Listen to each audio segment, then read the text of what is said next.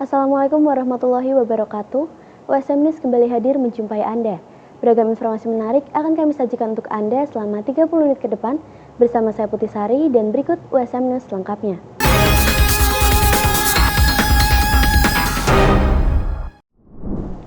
Sistem transportasi cerdas atau Intelligent Transportation System berperan penting dalam mengelola lalu lintas di kota-kota besar. Melalui topik penelitian disertasi itu, sukses membawa dosen USM meraih gelar doktor dengan IPK sempurna. Arya Hendrawan M.Com, dosen Fakultas Teknologi Informasi dan Komunikasi Universitas Semarang berhasil meraih gelar doktor pada program studi Doktor Sistem Informasi Undip. Mengusung penelitian yang berjudul pengembangan metode YOLO sebagai deteksi dan klasifikasi kendaraan pada Intelligent Transportation System, sukses membawa Dr. Arya Hendrawan M.Com menjadi menyandang predikat cum laude dengan hasil sempurna 4,0. Dekan Pasca Sarjana Undip Profesor Insinyur Muhammad Agung Wibowo MM, MSc PhD, mengapresiasi penelitian yang diusung oleh Dr. Arya. Menurutnya, penelitian ini sangat relevan untuk diterapkan. Bagi kami dari program Doktor Sistem Informasi Pasca Sarjana Undip sangat membanggakan proses sidang promosi doktor kali ini karena Dr. Arya Hendrawan ini bukan kebetulan ya, topiknya sangat kekinian. Artinya bagaimana bisa memberikan sentuhan Internet of Things terhadap proses ataupun terhadap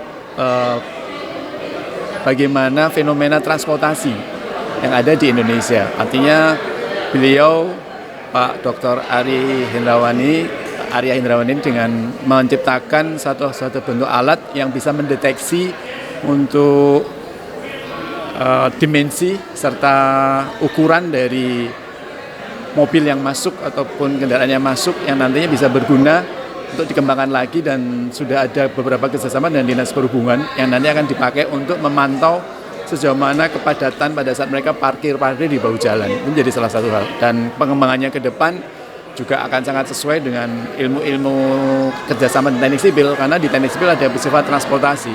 Ini menjadi sesuatu hal, dan kita bisa lihat fenomena bagaimana transportasi ini menjadi salah satu sarana yang luar biasa untuk mengantar logistik, untuk mengantar orang, dan memberikan kontribusi buat pertumbuhan ekonomi di suatu bangsa. Jadi kalau saya selaku Dekan Pasca Sarjana Undip sangat mendorong ini, dan alhamdulillah kami dengan Universitas Semarang sebagai institusi yang mengirim Dr. Arya Hendrawan ini, kami melakukan banyak kerjasama. Selamat buat Dr. Arya Hendrawan, selamat buat Universitas Semarang, dan selamat buat kita semua. Terima kasih. Dalam ujian promosi doktor itu bertindak sebagai promotor Profesor Dr. Rahmat Gernowo, MSI, dan co-promotor Dr. Retno Kusumaningrum, Dr. Oki Dwi Nurhayati, STMT. Menurut Arya, sistem transportasi cerdas Intelligent Transportation System atau ITS berperan penting dalam mengelola lalu lintas di kota-kota besar. Deteksi dan klasifikasi kendaraan secara akurat menjadi tantangan utama, terutama dalam kondisi lingkungan yang dinamis seperti pencahayaan rendah atau lalu lintas padat. Rektor Universitas Semarang, Dr. Supari mengaku sangat bangga dan apresiasi atas capaian Dr. Arya Hendrawan untuk memperkuat USM pada khususnya dan untuk Indonesia pada umumnya dalam memajukan teknologi informasi. Ya, terima kasih. Baru saja dilangsungkan ujian promosi doktor atas nama dosen kami, Dr. Arya Hendrawan.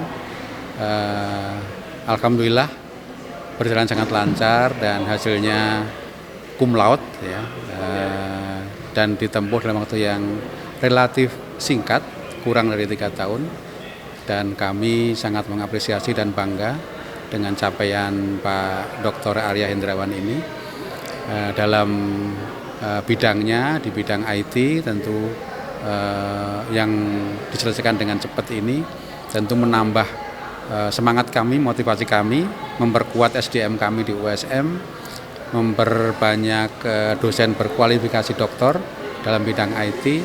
Tentu ini akan menambah kekuatan USM untuk terus meningkatkan kualitas dalam rangka menyelenggarakan pendidikan tinggi yang bermutu di Universitas Semarang. Jadi saya ucapkan selamat kepada Dr. Arya Hendrawan. Beliau adalah saat ini doktor yang ke-93. Semoga ini akan diikuti oleh teman-teman lainnya untuk mengambil studi jenjang doktor untuk semua yang belum mengambil jenjang doktor. Sekali lagi kami bangga dan selamat kepada Dr. Arya Hendrawan. Sukses selalu.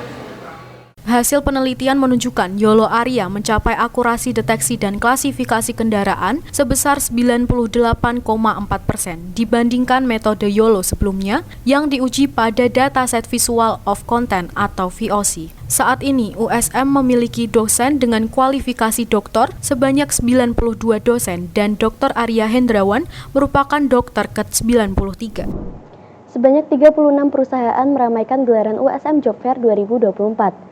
Total ratusan peserta turut menghadiri acara tersebut.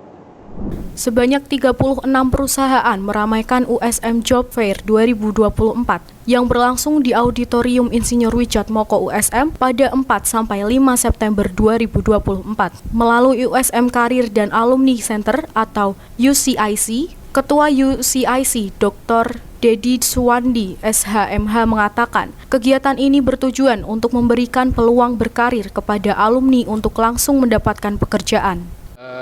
Kami dari tim UCIC Universitas Semarang, di mana UCIC itu kepanjangan dari USM Karir dan Alumni Center Universitas Semarang, telah mengadakan job fair yang pada hari ini tanggal 4 sampai dengan 5 September diadakan di Auditorium IR Wijatmoko, di mana kita mengadakan job fair ini mengundang 36 perusahaan, dan di mana 36 perusahaan ini kami datangkan sehingga harapannya setelah adanya wisuda beberapa kali, kemudian para alumni ini terserap dalam dunia kerja sehingga angka pengangguran itu bisa kita tekan. USM Job Fair 2024 ini melibatkan beberapa perusahaan dari berbagai sektor industri serta menawarkan kesempatan kepada peserta untuk mencari pekerjaan yang sesuai dengan keahlian dan minat mereka. Selain itu, acara ini juga menawarkan kesempatan untuk belajar tentang cara memulai dan mengelola usaha baru. Selama 2 hari penyelenggaraan, peserta akan memiliki kesempatan untuk berinteraksi langsung dengan perwakilan dari perusahaan. Dedi juga berpesan agar para pencari kerja juga memiliki keinginan yang kuat untuk nantinya dapat membuat lapangan kerja yang baru. Dan pada penekanan pada hari ini tentunya selain daripada job fair, nantinya para pencari kerja ini jangan hanya berpikir untuk mencari kerja. Setelah nanti dapat pekerjaan, kemudian dia sudah mampu untuk berdiri sendiri, kemudian dia akan menjadi pengusaha atau pembuat kerja. Semarang Merdeka Flower Festival dalam rangka HUT ke-79 Republik Indonesia sukses memukau ribuan pengunjung. Parade bunga, mobil hias, dan kehadiran Wali Kota Semarang membuat suasana semakin meriah, menghidupkan pusat kota dengan semarak warna dan kegembiraan.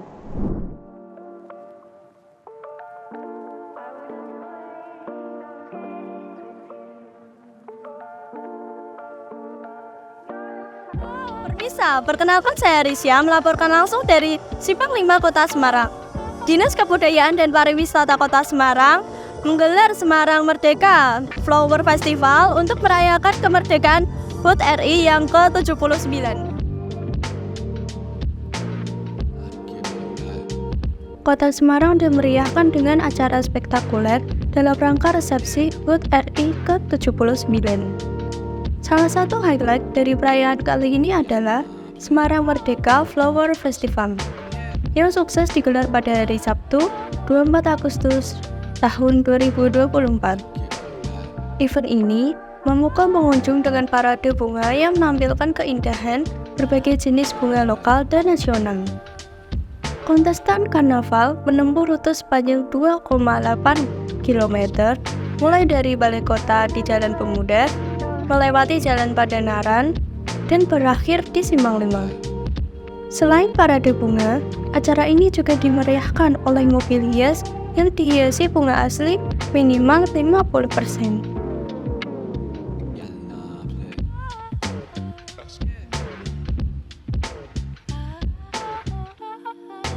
Berbagai instansi pemerintah, sekolah, komunitas, hingga perusahaan swasta bersaing untuk menampilkan dekorasi terbaik.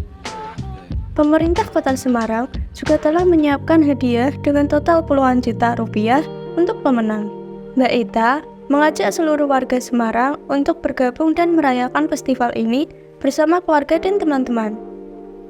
Ia menekankan pentingnya menjaga kebersihan agar acara ini bisa dinikmati oleh semua orang dan menjadi magnet wisatawan.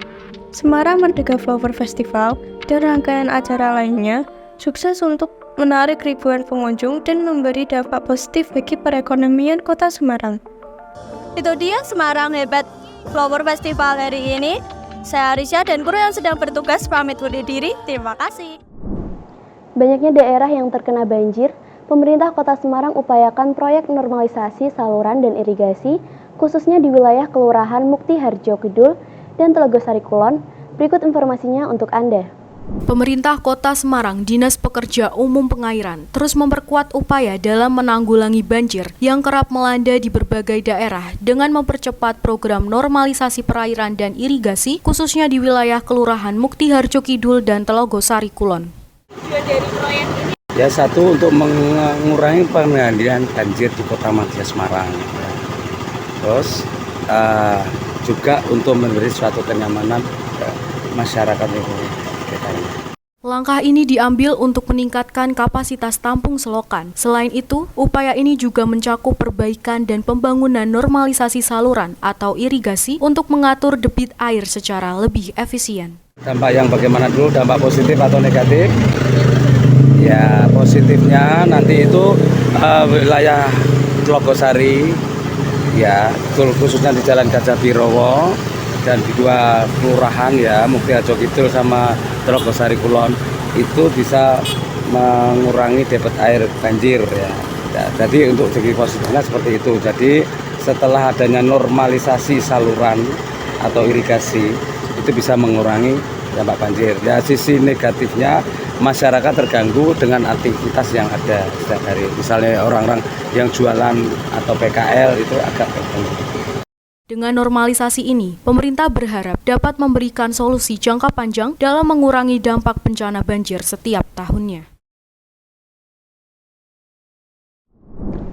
Petani jagung di Kabupaten Blora kini tengah merana. Saat masa panen jagung tiba, harga jual jagung malah anjlok, sehingga membuat petani jagung di Blora mengeluh. Tani jagung di Desa Sukerjo, Kecamatan Tunjungan Blora, Temok mengaku tengah merana. Hal ini disebabkan hasil panen jagung yang ditanam mengalami harga anjlok. Dia menggunakan tenaganya untuk memanen jagung dari lahannya, lalu memasukkan jagung ke dalam karung. Harga jagung yang tengah anjlok, Temok mengatakan bahwa anjloknya harga jagung telah terjadi sejak 2 pekan lalu. Harga jual jagung saat ini di bawah Rp5.000 per kilogram. Harga jagung kering itu Rp4.500 per kilogram. Jagung basah Rp3.700 per kilogram. Harga tersebut tidak sebanding dengan perawatan dan pemupukan. Harga jagung basah sempat di harga Rp4.300 per kilogram. Harga jagung yang anjlok itu membuat petani merugi. Selain pupuknya sudah mahal, ditambah airnya untuk menyirami jagung ambilnya jauh. Temok menyebutkan harga jagung anjlok tidak hanya tahun ini saja, namun setiap tahunnya selalu mengalami hal yang sama. Kering niku 4,5. 4.500 ya, per kilo. Ya. Kemudian untuk yang basah berapa, Mbak? Basah 37. Nah, itu harganya murah banget atau gimana, Mbak? Murah banget kan. Waune niku teles niku papat loro, papat telu niku jerut kanton sampeyan. Nggih. Garing niku kelar 5 loro baperane saiki kanton 4,5. Nah, ini sejak kapan, Mbah, turunnya itu, Mbah? Turun aja enak, Mas. Turun iku menawa sekitar semingguan. Kali mingguan nggih, turun nggih. Nah, dengan harga segitu petani merugi nggak, Mbah? Rugi ya. Dari pupuknya atau apa? Pupuknya itu sudah mahal ya, Mbah? Ya, wis ra nyandak, Mas. Terus ambil airnya gimana, Mbah? Ini kan musim kemarau, Mbah. Aduh. Jauh nggih? Nggih, jauh. Nah, mungkin harapannya gimana, Mbah? Harganya agar naik atau gimana? Mungkin harapan petani gitu. Ya, agar naik.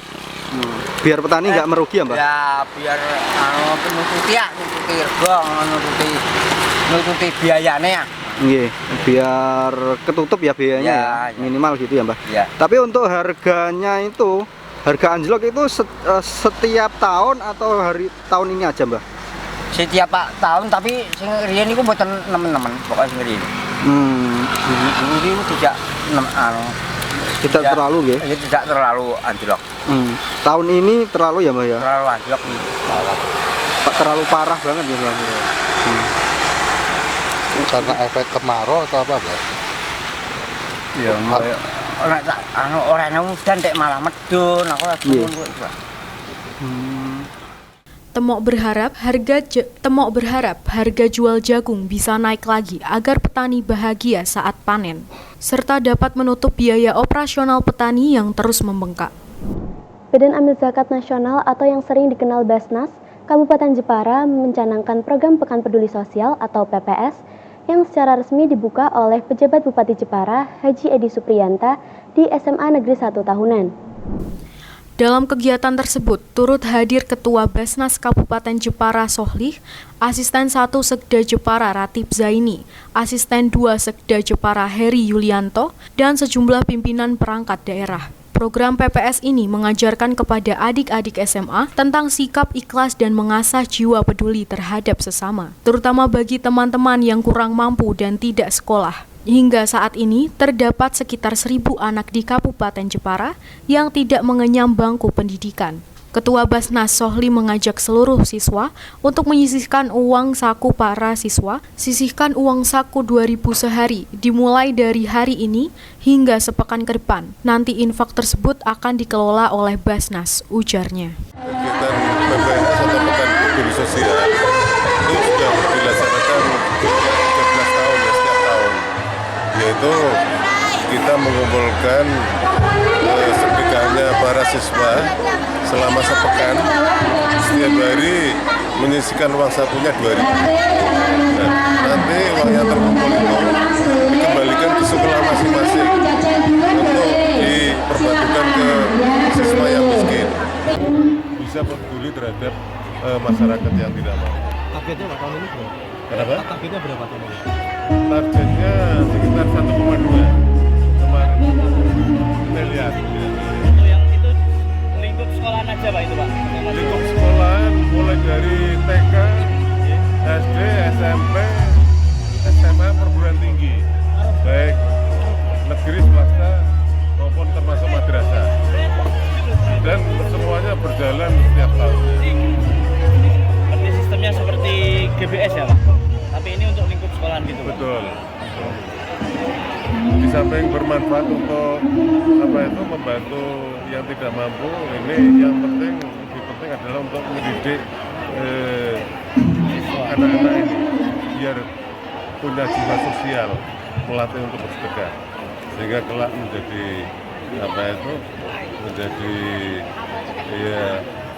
orang-orang yang mau gemar sedekah membantu sesama. Program PPS ini rencananya akan berjalan mulai tanggal 2 September 2024 hingga 8 September 2024. Di tahun 2023 lalu, program ini berhasil menghimpun dana sebesar Rp1.068.438.000. Dirinya berharap program tersebut dapat memupuk rasa empati dan simpati bagi para siswa sesuai nilai luhur Pancasila. Selain itu, bagi siswa yang teman atau tetangganya kurang mampu, bisa menghubungi Basnas untuk dibantu. Dari Jepara, Eni Ayu Lestari melaporkan. Pemirsa, para pakar dan peneliti dari Amerika Serikat dan Indonesia membedah masalah hutan, bencana, dan transisi energi di Indonesia.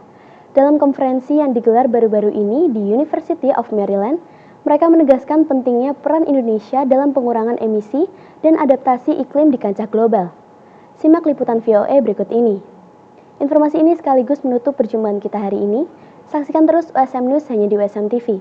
Saya Putih Sari dan seluruh kru yang sedang bertugas pamit undur diri. Terima kasih. Wassalamualaikum warahmatullahi wabarakatuh. Dengan hutan hujan tropis terbesar ketiga di dunia, Indonesia punya peran penting dalam menghalau perubahan iklim.